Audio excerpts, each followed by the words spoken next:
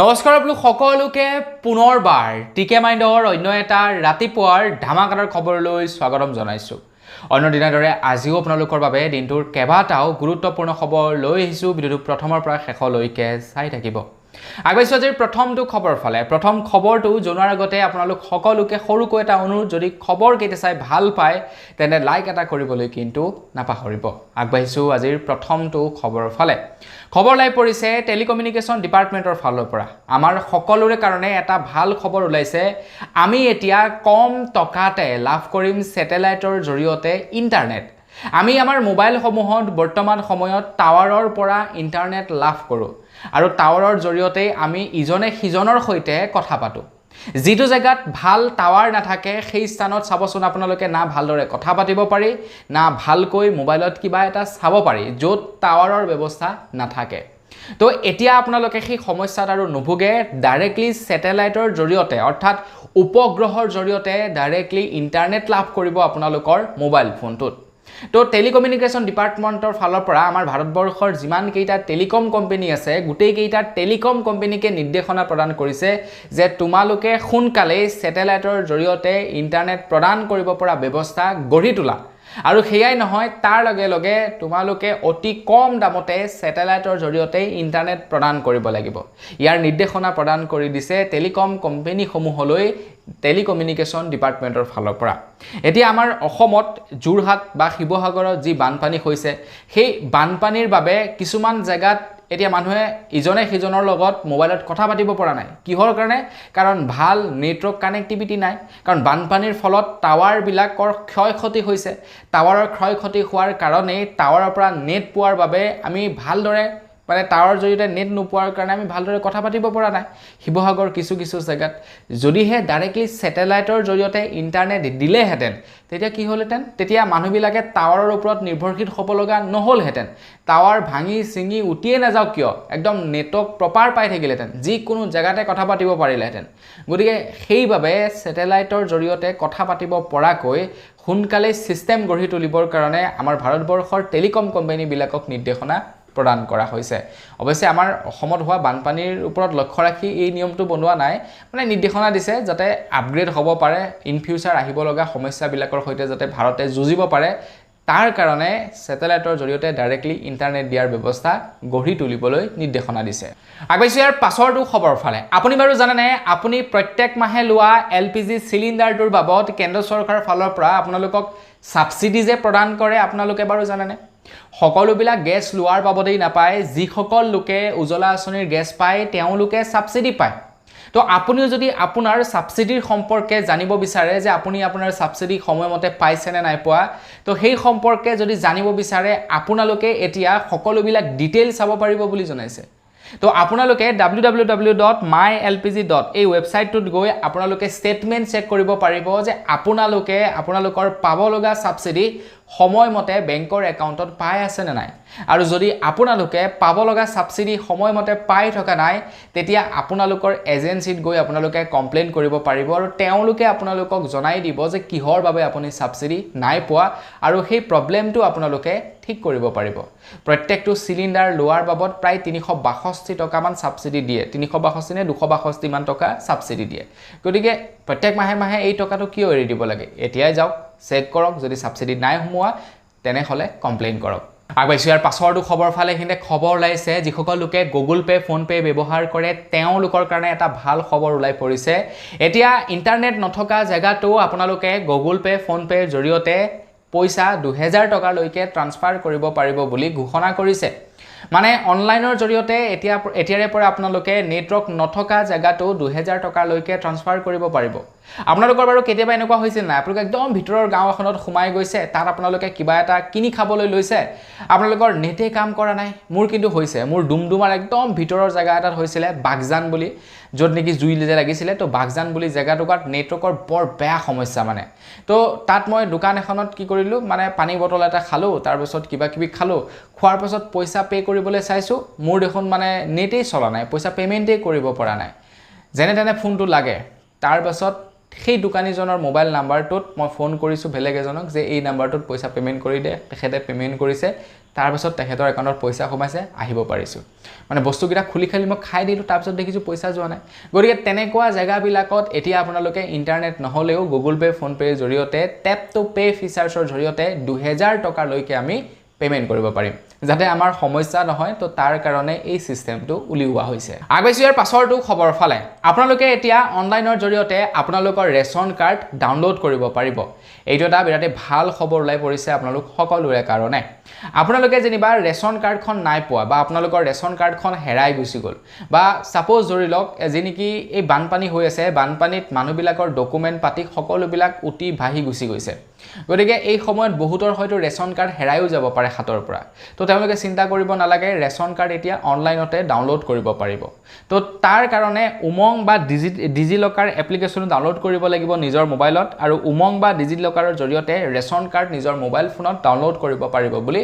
ঘোষণা কৰিছে। তো আপোনাৰো যদি ৰেচন নাম্বাৰটো আছে, ৰেচন কাৰ্ডখন নাই, বা আপোনাৰ যদি ৰেচন কাৰ্ডখন হেৰাই গ'ল, তো আপুনি এতিয়া অনলাইনৰ জৰিয়তে ৰেচন কাৰ্ডখন ডাউনলোড কৰি বিভিন্ন কামত ব্যৱহাৰ কৰি থাকিব পাৰিব। আগবাইছোঁ ইয়াৰ পাছৰটো খবৰ ফালে। যোৱাকালি নিপকোৱে নিশা 10 বজাত নিপকোৰ 4 নম্বৰখন গেট মুকলি কৰি দিয়ে বুলি ঘোষণা কৰিছে, আৰু যাৰ বাবে সকলোকে সতৰ্ক হৈ থাকিবৰ কাৰণে নিৰ্দেশনা প্ৰদান কৰিছে। যিহেতু নাগালেণ্ডত ডাৱৰ বিস্ফোৰণ হোৱাৰ বাবে অতিমাত্ৰা পানীৰ বৃদ্ধি পাইছে, আমাৰ অসমত বা পাহাৰ এৰিয়াবিলাকত অতিমাত্ৰা লেণ্ডশ্লাইড হৈছে, পানী মানে অবিৰতভাৱে আহি আছে। তো তাৰ কাৰণে যিবিলাক ডেম আছে, ডেমবিলাকে এতিয়া পানী ৰখাব নোৱাৰা হৈছে, আৰু সেইবাবে ডেমবিলাকে পানী এৰি দিব লগা হৈছে। আৰু নিপকোৰ 4 নম্বৰখন গেটো সেইবাবে খুলি দিব লগা হ'ল, পানী অভাৰলোড হোৱাৰ বাবে। আৰু নিপকোৱে আগতীয়াকৈ সতৰ্কিত কৰি দিছে সকলোকে সাৱধানে থাকিবলৈ দিছে, কাৰণ কোন সময়ত পানী খুলি দিয়ে তাৰ কোনো ঠিক নাই। যিহেতু ডাৱৰ বিস্ফোৰণ হৈছে, মানে হঠাতে পানী এডোমান পৰি গৈছে। এনেই বৰষুণৰ পানীবিলাক টুপুলকৈহে পৰে, হয় নে নহয়? তো যেতিয়া নেকি হঠাতে একদম মানে পানী এদম আহি যাব, কেনেকুৱা হ'ব আৰু? গতিকে ঠিক তেনেকুৱা হৈছে এইবাৰ, আৰু সেইকাৰণেই যোৰহাট, নাজিৰা আৰু শিৱসাগৰৰ এই অৱস্থা। আগবাইছোঁ ইয়াৰ পাছৰটো খবৰ ফালে। আপোনাৰ গাড়ী বা আপোনাৰ বাইকৰ যদি ইঞ্চুৰেঞ্চ নাই, পলিউশ্যন নাই, ভুলবশতঃ আপোনালোকে এতিয়া আপোনালোকৰ গাড়ীখন টাউনলৈ উলিয়াই নিনিব। আপোনালোকে টাউনলৈ উলিয়াই নিলেই এতিয়া ফাইন ভৰিব লাগিব, কিন্তু যদি আপোনালোকৰ গাড়ীখনৰ ইঞ্চুৰেঞ্চ নাই, পলিউশ্যন নাই। তো এতিয়া আমাৰ ভাৰতবৰ্ষৰ প্ৰত্যেকটো ট্ৰেফিক ছিগনেলতে AI সম্পন্ন CC কেমেৰা লগোৱা হ'ব, আৰু AI সম্পন্ন CC কেমেৰাই অটোমেটিকেলি ডিটেক্ট কৰিব বাহনবিলাকক যে কোনখন বাহনৰ ইঞ্চুৰেঞ্চ নাই, কোনখন বাহনৰ পলিউশ্যন নাই, কোনখন বাহনে কিমান টকা মানে পেনাল্টি পে' কৰিব লগা আছে, সকলোবিলাক এতিয়া অটোমেটিকেলি ডিটেক্ট কৰিব AI সংযুক্ত কেমেৰাই। আৰু আপোনাৰ বাহনৰ যদি ইঞ্চুৰেঞ্চ নাই, পলিউশ্যন নাই, AI সম্পন্ন কেমেৰাই আপোনাৰ নামত চালান কাটি দিব। গতিকে সাৱধান, এতিয়া আপোনালোকে ৰাস্তালৈ আপোনালোকৰ গাড়ীখন উলিয়াই নিওঁতে 10 বাৰ ভাবিব। যদি আপোনালোকৰ গাড়ীখনত ইঞ্চুৰেঞ্চ পলিউশ্যন নাই, পৰাপক্ষত আপোনালোকে টাউনলৈ নিনিব, গাঁৱে গাঁৱে চলাই থাকিব। কাৰণ আগতে ভয় আছিলে পুলিচে দেখিব, আমাৰ ফাইন কাটিব। কিন্তু এতিয়া পুলিচতকৈও ওপৰৰ মাল এটা আহি গ'ল, আৰু সেইটো হৈছে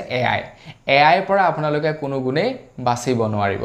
আগবাইছোঁ ইয়াৰ পাছৰটো খবৰ ফালে। দিল্লীৰ যন্তৰ মন্তৰত প্ৰটেষ্ট হৈ আছে। দিল্লীৰ যন্তৰ মন্তৰত প্ৰটেষ্ট কৰা সকলৰ ওপৰত আৰক্ষীয়ে যেনেকৈ পাৰিছে তেনেকৈ প্ৰহাৰ কৰিছে, আৰু আৰক্ষীৰ ওপৰতো প্ৰটেষ্টাৰসকলে মানে আক্ৰমণ কৰিছে। এতিয়া খবৰ ওলাই পৰিছে, এজন পুলিচ বিষয়াই এগৰাকী মহিলাৰ ওপৰত হাত উঠাইছিলে, আৰু তাৰ পাছতেই সেই ভিডিঅ'টো ছ'চিয়েল মিডিয়াত ভাইৰেল হৈ পৰিলে। মহিলাসকলে যিমানেই অপৰাধ নহওক কিয়, এগৰাকী মহিলাৰ ওপৰত কেৱল এগৰাকী মহিলা অফিচাৰেহে হাত উঠাব পাৰে। পুলিচ বিষয়াসকলে বা যিসকল পুৰুষ পুলিচ থাকে, তেওঁলোকে হাত উঠাব নোৱাৰে। কিন্তু সেই ঘটনাস্থলীত বা যন্তৰ মন্তৰত প্ৰতিবাদস্থলীত এগৰাকী মহিলাৰ ওপৰত এজন পুলিচ বিষয়াই হাত উঠাই দিলে, আৰু তাৰ পাছতেই এতিয়া সেই পুলিচ বিষয়াজনক যন্তৰ মন্তৰ ডিউটিৰ পৰা আঁতৰাই দিছে বুলি খবৰ ওলাই পৰিছে। কাৰণ মানে যিমানেই নকৰক কিয়, দুখ নকৰক কিয়, মহিলাৰ গাত পটকৈ হাত উঠোৱাটো মানে এইটো মানে নহয়, ৰুল নহয়। আৰু তেখেতে কি কৰিলে, মহিলাগৰাকীক চৰো মাৰিলে। তো সেইটোতো বহুত বেয়া কামেই কৰিছে। মোৰ মতে তেখেতৰ ওপৰত আৰু একশ্যন ল'ব লাগে, কিন্তু তেখেতক যেনিবা সেই ডিউটিৰ পৰা আঁতৰাই দিছে। আগবাইছোঁ ইয়াৰ পাছৰটো খবৰ ফালে আমাৰ ভাৰতবৰ্ষৰ বিভিন্ন ৰাজ্যত এতিয়া প্ৰতিবাদ সাব্যস্ত কৰা হৈছে নিটৰ পেপাৰ লিকৰ ওপৰত তো প্ৰথমে আন্দোলন আৰম্ভ হৈছিলে দিল্লীৰ পৰা দিল্লীৰ পাছত এতিয়া মুম্বাইৰ পাছত এতিয়া আমাৰ অসমতো কক্ৰজ জনতা পাৰ্টিৰ বা লগতে নিটৰ পেপাৰ লিকৰ সন্দৰ্ভত প্ৰতিবাদ সাব্যস্ত কৰা দেখিবলৈ পোৱা গৈছে কক্ৰজ জনতা পাৰ্টিক সাপোৰ্ট কৰা আমি দেখিবলৈ পাইছো আমাৰ অসমৰো বিভিন্ন ডিস্ট্ৰিক্টত এই সন্দৰ্ভত প্ৰতিবাদ সাব্যস্ত কৰিছে আৰু লগতে আমাৰ ভাৰতবৰ্ষৰ বিভিন্ন ৰাজ্যত প্ৰতিবাদ সাব্যস্ত কৰিছে চৰকাৰৰ এগেইনষ্টত নিটৰ পেপাৰ লিক আৰু কক্ৰজ জনতা পাৰ্টিক সাপোৰ্ট কৰি তো যোৱাকালি মহাৰাষ্ট্ৰ অৰ্থাৎ মুম্বাইতো ইয়াৰ এই সন্দৰ্ভত প্ৰতিবাদ সাব্যস্ত কৰা হৈছিল আৰু মহাৰাষ্ট্ৰত প্ৰতিবাদ কৰা সকলক এখন ভানত ভৰাই পুলিচে আটক কৰি লৈ গৈছিল আৰু এগৰাকী মহিলাই পুলিচৰ ভানখন ৰখাই ভানখনৰ ভিতৰত যিমান কেইজন যুৱকক এৰেষ্ট কৰিছিল গোটেই যুৱককে কি কৰিলে উলিয়াই নিলে বাহনখনৰ পৰা মহিলাগৰাকী কিন্তু মানিব লাগিব আকৌ আগবাইছোঁ ইয়াৰ পাছৰটো খবৰ ফালে ইয়াৰ পাছৰ খবৰটো লাই পৰিছে নাজিৰাৰ পৰা আমাৰ অসমৰ বান পৰিস্থিতিত মানুহবিলাকৰ কি হৈছে আপোনালোকে হয়তো সামাজিক মাধ্যমত দেখা পাইছে চালে মানে চকুৰ পানী ওলাই যাব এই অৱস্থা হৈছে গৈ আপোনালোকে এবাৰ ভাবকচোন আপোনালোকে এটকাকৈ গুটোৱা পইচাবিলাকেৰে যেতিয়া ঘৰখন নিৰ্মাণ কৰে সেই ঘৰখন আপোনাৰ কাৰণে কিমান প্ৰিয় তো সেই ঘৰখন যদি হঠাতে থানবান হৈ যায় আপোনালোকৰ বাৰু কেনেকুৱা লাগিব সেই একেই অৱস্থা বৰ্তমান সময়ত হৈ আছে নাজিৰা যোৰহাট আৰু শিৱসাগৰবাসীৰ কোনোবাই নিজৰ প্ৰাণ বচাবৰ কাৰণে যদি ঘৰৰ টিঙৰ চালত উঠিছে কোনোবাই আকৌ প্ৰাণ বচাবৰ কাৰণে গছৰ ডালত বহিছে কোনোবাই আকৌ নাৰিকল গছৰ আগত গৈ বহি আছে নিজৰ প্ৰাণ ৰক্ষা কৰিবৰ কাৰণে মুঠতে ভাৰ মে যায় ঘৰ ভাৰ মে যায় ধন সম্পত্তি ভাৰ মে যায় গাড়ী মটৰ মানে নিজৰ জীৱনটো বচাব পাৰিলে সেইবিলাক আকৌ কৰিব পাৰি মুঠতে নিজৰ জীৱনটো বচাব লাগে আৰু নিজৰ জীৱন বচাবৰ কাৰণে যোনে যেনেকৈ পাৰিছে তেনেকৈ আশ্ৰয় লৈছে আৰু যোৱাকালি এজন নাৰিকল গছত আশ্ৰয় লৈ থকা ব্যক্তিক উদ্ধাৰ কৰিছে নাজিৰাত ভাবকচোন আপোনালোকে কি অৱস্থা হৈছে কি অৱস্থা মানে শিৱসাগৰ যোৰহাট আৰু নাজিৰাবাসীৰ আগবাইছোঁ ইয়াৰ পাছৰটো খবৰ ফালে আমাৰ ভাৰতত হোৱা নিটৰ পেপাৰ লিকৰ সন্দৰ্ভত এতিয়া ফাষ্টেগ আদালত গঠন কৰা হ'ব বুলি ভাৰতৰ প্ৰধানমন্ত্ৰী নৰেন্দ্ৰ মোদী ডাঙৰীয়াদেৱে ঘোষণা কৰিছে নৰেন্দ্ৰ মোদী ডাঙৰীয়াদেৱে কৈছে যে যিসকলে পেপাৰ লিকত জড়িত আছে তো তেওঁলোকক সাৰি যাবলৈ দিয়া নহ'ব তেওঁলোকৰ ওপৰত কঠোৰতকৈ কঠোৰ ব্যৱস্থা লোৱা হ'ব বুলি জনাইছে প্ৰধানমন্ত্ৰী নৰেন্দ্ৰ মোদী ডাঙৰীয়াদেৱে ঘোষণা কৰিছে যে নিটৰ পেপাৰ লিকৰ সন্দৰ্ভত ফাষ্টেগ আদালত গঠন কৰা হৈছে এতিয়া সকলোৱে বিচাৰি আছে যাতে আমাৰ ভাৰতৰ শিক্ষামন্ত্ৰীয়ে পদত্যাগ কৰে তো ফাষ্টেগ আদালত গঠন কৰাৰ পূৰ্বে তেখেতক মোৰ মতে ৰিজাইন কৰিবলৈ ক'ব লাগিছিল কাৰণ এই সন্দৰ্ভত যেহেতু তদন্ত হ'ব তেখেতৰ বিভাগতে তদন্ত হ'ব গতিকে তেখেতৰ বিভাগত তদন্ত হ'ব যেতিয়া তেখেতো ইয়াৰ মোৰ মতে এজন অভিযুক্ত তো অভিযুক্তজনক সেই বিভাগটোৰ পৰা অতৰাই ৰাখিব লাগে আগবাইছোঁ ইয়াৰ পাছৰটো খবৰ ফালে এইখিনি খবৰ লাই পৰিছে উজনি অসমত যি নেকি বানৰ প্ৰলয় আহিছে সেই বানৰ প্ৰলয়ত এটা ফেমিলিৰে 4জনকৈ লোকৰ মৃত্যু হয় বুলি খবৰ ওলাই পৰিছে 4জনকৈ লোকৰ মৃত্যু হয় বাছি যায় কেৱল কণমানি শিশু আৰু এগৰাকী মহিলা 4জনকৈ লোকৰ মৃত্যু হৈছে একেখন ঘৰৰে এতিয়া সেই মহিলাগৰাকীয়ে মুখ্যমন্ত্ৰী হিমন্ত বিশ্ব শৰ্মা দেৱক কাটৰ অনুৰোধ জনাইছে যাতে তেখেতলোকক সহায় কৰে সেই বান পৰিস্থিতিৰ সময়ত তো কি যে দুখ লগা কথা ভাবকচোন এবাৰ আগবাইছোঁ ইয়াৰ পাছৰটো খবৰ ফালে ইয়াৰ পাছৰ খবৰটো ওলাই পৰিছে অখিল গগৈ ডাঙৰীয়াৰ ওপৰত অখিল গগৈ ডাঙৰীয়াদেৱে নন ষ্টপ লাগি আছে বানপীড়িতসকলৰ লগত নন ষ্টপ লাগি আছে কেনেকৈ তেওঁলোকক সহায় কৰিব পৰা যায় এতিয়া আমাৰ অসমত বহুতো বিধায়ক আছে বহুতো মন্ত্ৰী আছে তেওঁলোকে কিন্তু হাত সাৱটি বহি আছে তেওঁলোকে হয়তো ভাবিছে মোৰ সমষ্টিটো ঠিকই আছে মই বেলেগৰ সমষ্টি এখনত কিয় লাগিবলৈ যাম কিন্তু বান পৰিস্থিতি এনেকুৱা হৈছে এই সময়ত মোৰ মতে পলিটিক্স কৰিব নালাগে তেওঁলোকে বিধায়ক হিচাপে নহয় এজন মানুহ হিচাপে সহায় কৰিবলৈ আগবাঢ়ি আহিব লাগিছিল আমাৰ অসমত বহুতো এনেকুৱা মানে বিধায়ক আছে যিসকল লোকে সোশ্যাল মিডিয়াত ফালি থাকে তো তেওঁলোকে এটলিষ্ট ওলাই আহিব লাগিছিল যোৰহাট নাজিৰা আৰু শিৱসাগৰ সমষ্টিৰ ৰাইজক সহায় কৰিবৰ কাৰণে তেওঁলোক হয়তো সেই সমষ্টিকেইটাৰ বিধায়ক নহ'ব পাৰে কিন্তু তেওঁলোকটো একোজন মানুহ হিচাপে তেওঁলোকে ওলাই আহিব লাগিছিল যেহেতু তেওঁলোকৰ হাতত অজস্ৰ সা সম্পত্তি আছে তেওঁলোকৰ অজস্ৰ সা সম্পত্তিৰ পৰা 10-20 লাখ টকা এটা দি সহায় কৰিলেই যেনিবা তেওঁলোকৰনো কি মানে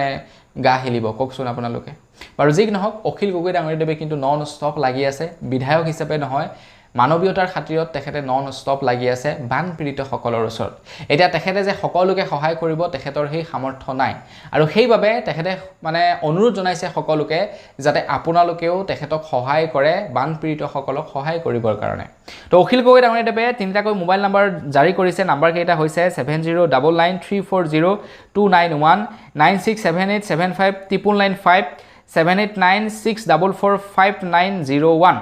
এই তিনিটা নাম্বাৰ আপোনালোকৰ বাবে জাৰি কৰিছে যদিহে আপোনালোকে পানীৰ বটল চাউল মিঠাতেল দাইল নিমখ অন্যান্য খাদ্য সামগ্ৰী ঔষধ সাবুন নতুন কাপোৰ কানি শাৰ্ট পেণ্ট শাৰী চাদৰ মেখেলা আঠুৱা গেঞ্জি সেনিটাৰী প্ৰেড এইবিলাক যদি আপোনালোকে দিব বিচাৰে অখিল গগৈৰ জৰিয়তে শিৱসাগৰবাসীৰ ৰাইজক তেন্তে আপোনালোকক যোগাযোগ কৰিবৰ কাৰণে আহ্বান জনাইছে আগবাইছৰ পাছৰটো খবৰৰ ফালে আমাৰ অসমতো চলিছে কক্ৰজ জনতা পাৰ্টিৰ বিৰুদ্ধে অভিযান কক্ৰজ জনতা পাৰ্টিক যদি কোনোবাই সামাজিক মাধ্যমতো সাপোৰ্ট কৰিছে তেখেত লোককো এতিয়া এৰেষ্ট কৰা হৈছে আটক কৰা হৈছে আমাৰ অসমৰ বিভিন্ন স্থানত কক্ৰজ জনতা পাৰ্টিক সাপোৰ্ট কৰি প্ৰতিবাদ সাব্যস্ত কৰা হৈছে আৰু তেওঁলোকৰ ওপৰত একচন লৈছে অসম আৰক্ষীয়ে যোৱাকালি এটা কল ৰেকৰ্ডিং ভাইৰেল হৈছিল কল ৰেকৰ্ডিংটোত এগৰাকী আৰক্ষী বিষয়াই এগৰাকী মহিলালৈ ফোন কৰিছে এগৰাকী যুৱতীলৈ ফোন কৰিছে যিগৰাকী যুৱতীয়ে নেকি কক্ৰজ জনতা পাৰ্টিক সাপোৰ্ট কৰে তো সেই আৰক্ষী মহিলাগৰাকীয়ে যুৱতীগৰাকীৰ এড্ৰেছ সুধিছে যে তোমাৰ ঘৰ ক'ত কি কথা তো এই সন্দৰ্ভত সুধিছে আৰু সেই যুৱতীগৰাকীয়ে কৈছে যে মই এগৰাকী মাইনৰ তো মই আপোনাক এইবিলাক ডিটেইলছ দিব নোৱাৰো মই ফোন কলত কোনো ভেৰিফিকেশনৰ ডিটেইলছ বা মোৰ পাৰ্সোনেল ডিটেইলছ দিব নোৱাৰো আৰু সেই যুৱতীগৰাকীয়ে যেতিয়াই দেখি পুলিশ বিষয়াগৰাকীক ক'লে যে মই আপোনাক মোৰ ডিটেইলছ নিদিও তেতিয়া সেই মানে মহিলা আৰক্ষীগৰাকী অকণমান মানে নিজৰ ইগোত আহি গৈছে তেখেতে অকণমান মানে ভয় খুওৱাৰ সূচক মন্তব্য কৰিছে আমি কল ৰেকৰ্ডিংটোত শুনা পাইছো আৰু ভয় খুওৱা সূচক মন্তব্য কৰিছে সেই যুৱতীগৰাকীক এতিয়া যি ভয়ে খক গালি গালেজেই পৰক মাৰপিটেই কৰক তাত ক'ব লগা নাই কিন্তু কথাটো হৈ গ'ল কি আৰক্ষী প্ৰশাসনৰ তৰফৰ পৰাই কয় যে আপোনালোকলৈ যদি কোনোবাই অচিনাক্ত ব্যক্তিয়ে যদি ফোন কৰে কেতিয়াও আপোনালোকে পাৰ্সোনেল ডিটেইলছ নিদিব গতিকে সেই যুৱতীগৰাকীয়ে মই ভাবো একো ভুল কৰা নাই তেখেতে আপোনাক পাৰ্সোনেল ডিটেইলছ নিদো বুলি কৈছে দ্যাট মিন্স তেখেতে বুজি পাইছে যে মানে নিজৰ পাৰ্সোনেল ডিটেইলছ কাৰোবাক শ্বেয়াৰ কৰাটো কিমান বিপদজনক হ'ব পাৰে গতিকে তেখেতৰ পাৰ্সোনেল ডিটেইলছ শ্বেয়াৰ কৰিব বিচৰা নাই তো আপুনি তাতে বেয়া পাই লাভ নাই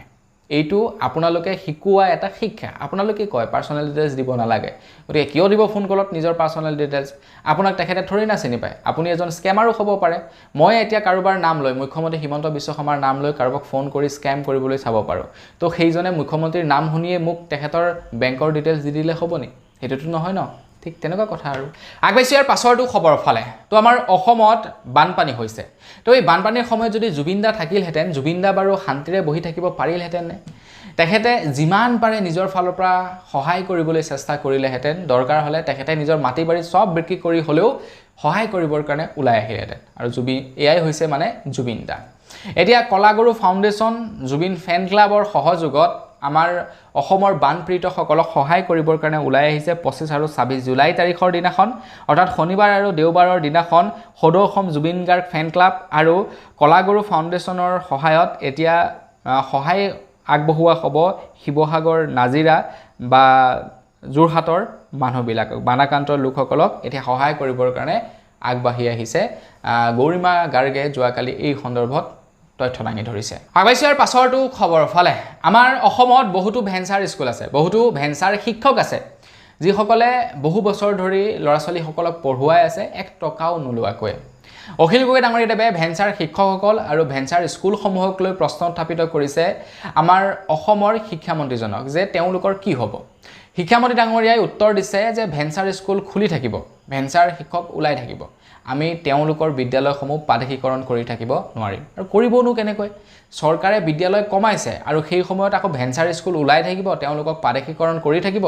এটো হ'ব পাৰে নেকি না কোনো কাৰণতে হ'ব নোৱাৰে আগবাইছৰ পাছৰটো খবৰ ফালে আমাৰ অসমৰ বানৰ কবলত থকা নামঘৰসমূহৰ বাবে দান বৰঙনি আগবঢ়াবৰ বাবে বা নামঘৰবিলাক মেৰামতি কৰিবৰ কাৰণে এজন মিয়া মানুহ আগবাঢ়ি আহিছে এজন মিয়া মানুহে কৈছে যে আমাৰ অসমৰ এই মানে দুৰ্যোগৰ সময়ত বিশেষকৈ নাজিৰা শিৱসাগৰ আৰু যোৰহাটৰ এই দুৰ্যোগৰ সময়ত নামঘৰবিলাকৰ যথেষ্ট ক্ষয় ক্ষতি হৈছে গতিকে নামঘৰবিলাক মেৰামতি কৰিবৰ কাৰণে মই 25 লাখ টকা মুকলি কৰিছোঁ নামঘৰবিলাকক মই সহায় কৰিম আৰু তেখেত এজন অসমীয়া মানুহ নহয় তেখেত এজন হৈছে মিয়া মানুহ আৰু সেইজন কোন মানে বাৰু জানেনে সেইজন আন কোনো নহয় সেইজন হৈছে বদৰুদ্দিন আজমল তেখেতে এটা মোবাইল নাম্বাৰ জাৰি কৰিছে নাম্বাৰটো হৈছে 8822008806 এই নাম্বাৰটোত পৰিচালনা সমিতিসকলক যোগাযোগ কৰিবৰ কাৰণে আহ্বান জনাইছে বানৰ কবলত থকা নামঘৰবিলাকক এতিয়া 25 লাখ টকাৰে সহায় কৰিব বদৰুদ্দিন আজমল ডাঙৰীয়াই এটা তেখেত এজন মুছলমান এতিয়া বহু লোকে সেইটোকে বিতৰ্ক কৰিব পাৰে কিছুমানেতো বিতৰ্ক কৰিছে যে 2 কোটি টকা দিছে মানে যিসকল বানপীড়িত লোক আছে তেওঁলোকৰ বাবে 2 কোটি টকা মুকলি কৰিছে বদৰুদ্দিন আজমলে নিজৰ মানে ব্যক্তিগত পুঁজিৰ পৰা তো বদৰুদ্দিন আজমলক কিছুমানে সমালোচনা কৰিবলৈ আৰম্ভ কৰিলে যে মিয়া হয় এতিয়া 2 কোটি টকা দিছে কিমানখিনি বাংলাদেশী লৈ আহিব তাৰ কোনো ঠিক নাই আৰে ভাই যিখিনি নেকি হিন্দু মানুহ আছে যিখিনি হিন্দু এমএলএ আছে সিহঁতেনো কি টকা দিবলৈ ওলাই আহিছেও কি যে মানুহ মানে মাথা পাগল কৰি দিব এইবিলাকে আগবাইছো ইয়াৰ পাছৰটো খবৰ ফালে খবৰ লাই পৰিছে দিল্লীৰ পৰা দিল্লীৰ প্ৰশাসনক এতিয়া কেন্দ্ৰ চৰকাৰৰ ফালৰ পৰা অধিক অধিকাৰ দিয়া গৈছে দিল্লীৰ আৰক্ষীক এতিয়া কেন্দ্ৰ চৰকাৰৰ ফালৰ পৰা এনএছএৰ ক্ষমতা প্ৰদান কৰা হৈছে 19 অক্টোবৰৰ পৰা 19 জুলাইৰ পৰা 18 অক্টোবৰলৈকে এনএছএৰ ক্ষমতা প্ৰদান কৰা হৈছে দিল্লীৰ আৰক্ষীসকলক তো এতিয়া যিকোনো পৰিস্থিতিতে মানে যিসকল লোকে প্ৰটেষ্ট কৰি আছে আৰক্ষীয়ে কোনো ধৰণৰ খুটপুছ নকৰাকৈ কোনো গোচৰ ৰুজু নকৰাকৈ তেওঁলোকৰ ওপৰত এনএছএ লগাই 1 বছৰলৈ বোলে জেলত ভৰাই থব পাৰিব 1 বছৰলৈ জেলত ভৰাই থব পাৰিব মুঠতে যেনেকে নহওক তেওঁলোকক দমন কৰিব লাগে ভয় খুৱাব লাগে আগবাইছো ইয়াৰ পাছৰটো খবৰ ফালে অখিল গগৈ ডাঙৰীয়াদেৱে এতিয়া এটা দাবী উত্থাপন কৰিছে বানপানীৰ মাজতে অখিল গগৈ ডাঙৰীয়াদেৱে কৈছে যে অসম চৰকাৰে ক্ষতিপূৰণৰ নামত কেৱল 6000-12000 টকা দিয়েই মানে সামৰিলে নহব কাৰণ এই বান পৰিস্থিতিত মানুহৰ লাখ লাখ টকাৰ ক্ষয় ক্ষতি হৈছে আৰু নোহোৱাও নহয় ভাবকচোন আপোনালোকে এবাৰ চাওক কি পৰিস্থিতি হৈছে মানুহৰ এটা বস্তু ভিতৰত নাই খাবলৈ আনকি ইমান কেইটা চাউলো নাই অসম চৰকাৰৰ ফালৰ পৰা যি নেকি আপোনাৰ বান সাহায্য দিছিলে হেলিকপ্টাৰৰ জৰিয়তে তো সেইখিনি বান সাহায্য খাব নোৱাৰা অৱস্থা গৰুও খাব নোৱাৰা অৱস্থা হৈছে গতিকে মানুহবিলাক কেনেকৈ যে সাৰ্ভাইভ কৰি আছে বিভিন্নজন লোক ওলাই আহিছে সহায় কৰিবৰ কাৰণে যদি তেওঁলোক নাথাকিলেহেঁতেন সঁচাকৈ কি যে পৰিস্থিতি হ'লহেঁতেন ভাবকচোন আপোনালোকে এবাৰ তো অখিল গগৈ ডাঙৰীয়াদেৱে কৈছে যে চৰকাৰে কেৱল 6000-12000 টকা দি দুখ সামৰিলে মানে নহব ইয়াৰ ওপৰত গৈও কিবা এটা কৰিব লাগিব অখিল গগৈয়ে এতিয়া দাবী উত্থাপন কৰিছে যে বানপানীৰ সমস্যাটোক ৰাষ্ট্ৰীয় সমস্যা ৰূপে মানে স্বীকৃতি দিবৰ কাৰণে যাতে কেন্দ্ৰ চৰকাৰৰ ফালৰ পৰা প্ৰত্যেক বছৰে বানপানীৰ সমস্যা নাইকিয়া কৰিবৰ কাৰণে পেকেজ ঘোষণা হয় আমাৰ এই যি নেকি বান পৰিস্থিতি হৈ আছে নাজিৰা শিৱসাগৰ আৰু যোৰহাটত তাৰ বাবে যাতে কেন্দ্ৰ চৰকাৰৰ ফালৰ পৰা পেকেজ আহে তো তাৰ কাৰণে অখিল গগৈ ডাঙৰীয়াদেৱে হুলস্থুল লগাইছে বিধানসভাত যে আমাৰ অসমৰ বানপানীৰ সমস্যা ৰাষ্ট্ৰীয় সমস্যা ৰূপে গণ্য কৰিব লাগে কিন্তু তেখেতক কি কৰিলে সদনৰ পৰা উলিয়াইহে দিলে তেখেতক সদনৰ পৰা এই কাৰণে উলিয়ালে তেখেতে অসমৰ বানপানীৰ সমস্যাৰ ওপৰত কবৰ কাৰণে 2 মিনিট সময় বিচাৰিছিলে অধ্যক্ষৰ পৰা আৰু অধ্যক্ষই সেই মতে 2 মিনিট সময় দিছিলেও তেখেতক কিন্তু তেখেতে 2 মিনিটৰ ভিতৰতে গোটেই বানপানীৰ কথা কৈ এৰাই কৰিব নোৱাৰিলে যাৰ কাৰণে তেখেতে আৰু 2 মিনিট সময় বিচাৰিছিলে কিন্তু আৰু 2 মিনিট সময় তেখেতক নিদিলে বৰঞ্চ তেখেতক সদনৰ পৰা উলিয়াইহে পঠিয়ালে মানে বানপানীৰ সমস্যাৰ ওপৰত কোনেও শুনিব নিবিচাৰে তাৰ মাজতে আকৌ কেইজন মানে কিৰিলি পাৰি পাছফালৰ পৰা অখিল গগৈক বেয়াকৈ মানে কবলেতো আগবাঢ়ি আহি এইবিলাকৰ ক্ষেত্ৰত কিন্তু এটা সময়ত মানুহবিলাকে বুজিব অখিল গগৈ যেতিয়া আমাৰ মাজৰ পৰা নাইকিয়া হ'ব কেনেকুৱা এজন মানুহক হেৰুৱালো সেইটো আপোনালোকে এটা সময়ত বুজিব আজি লিখি ৰাখক এনেকুৱা বহুতো মানুহ আমাৰ মাজৰ পৰা গৈছে যিবিলাক থাকোতে আমি মানে তেওঁলোকৰ মূল বুজি নাই পোৱা কিন্তু যেতিয়া গৈছেগে তেতিয়াহে বুজি পাইছো যে তেওঁলোক কোন আছিলে আমাৰ কাৰণে কি কৰিছে গতিকে এনেকুৱা ধৰণৰ ব্যক্তিবিলাক যদি নাথাকে তেনেহলে চৰকাৰে নিজৰ মৈমতালিত কাম কৰিব আৰু এনেকুৱা ধৰণৰ ব্যক্তিবিলাকৰ দৰকাৰ আছে তো বন্ধুসকল বস আজি ভিডিঅ জনাবলগীয়া খবৰ ইমান কেইটা আছিলে খবৰ কেইটা জানি কেনে পালে কমেন্ট সেকশনত জনাব যদি ভাল লাগিলে লাইক এটা কৰি থৈ যাব চেনেল যদি সাবস্ক্ৰাইব কৰা নাই সাবস্ক্ৰাইব তো কৰি ল'ব পুনৰ এটা লগ পোৱাৰ আশাৰে বিদায় মাগিছো ধন্যবাদ জয়